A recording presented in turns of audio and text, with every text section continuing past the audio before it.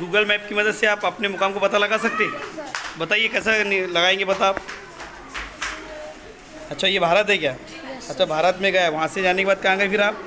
ये आपका अमरावती आ गया। अच्छा अच्छा अच्छा अच्छा, उसके बाद में फिर अमरावती में आप यहाँ पर आ गए। अच्छा ये बडनेरा में आ गए। अच्छा अच्छा ठीक है ठीक है ठीक है ठीक।